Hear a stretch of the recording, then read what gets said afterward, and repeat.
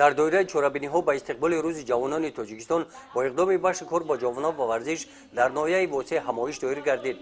ҳукмиддин ва шаҳрёр ба ин чорабинӣ даъват шуданд.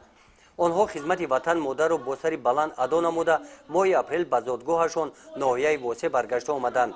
дар қисмати аввали чорабинӣ ки ба мавзӯи тарбияи ватандӯстӣ бахшида шуд, аз хизмати софдилонаи ҳукмиддин ва шаҳрёр дар сафи қувваҳои мусаллаҳ ёдовар шуданд. зикр гардид ки аксарияти аҳолии тоҷикистонро ҷавонон ташкил медиҳанд ки онҳо давомдиҳандаи кору фаъолияти насли калонсол, нерӯи созанда ва иқтидори воқеии пешрафти ҷомеа, ояндаи миллат ва давлат мебошанд. дар сафҳои қувваҳои мусаллаҳи ҷумҳурии тоҷикистон мисли ҳукмиддин ва шаҳрёр ҷавонони бонангу номус содиқона хизмат доранд. сипас онҳо аз ҳаёти давраи хизмат дар сафи қувваҳои мусаллаҳи ҷумҳурии тоҷикистон нақл карда ба саволҳои ҷавонон ҷавоб доданд.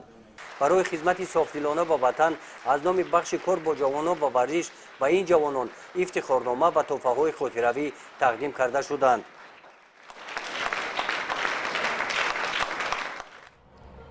ба мисли кӯдакое ки дар кӯча мегардам, ба мисли ҳамонҳо будам. вақте ки хизмати модар ватан рафтам, фаҳмидам дар ҳаёт чӣ гап аст. тоҷикистонро муҳофизат кардам, падар модари худро муҳофизат кардам, сарҳади давлатии худро муҳофизат кардам.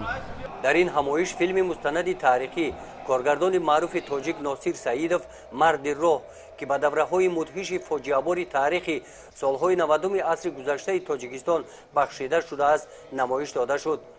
иштирокчиёни ин чорабинӣ ки он солҳо ин рӯзҳоро надида буданд, ин филмро бо таваҷҷӯҳи баланд тамошо карданд. баъди намоиши филм ҷавонон андешаҳои худро иброз доштанд. шукронаи тинҷиву осудагӣ ва истиқлолияти давлатӣ карда қайд намуданд ки онҳо аз саҳифаҳои таърихи гузашта сабақ мегиранд.